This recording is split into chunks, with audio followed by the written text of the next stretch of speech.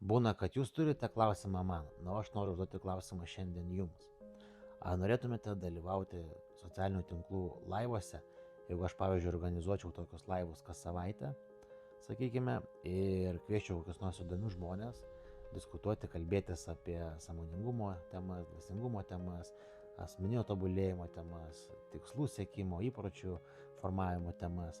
Ir, sakykime, taip pasikalbėti per tos laivus nefiltruotai, iš dušos, kas buvo tikra, kas pasisekė, kas nepasisekė, kokios daromos buvo klaidos, kaip jų išvengti, kokie pasiekimai padaryti ir taip toliau.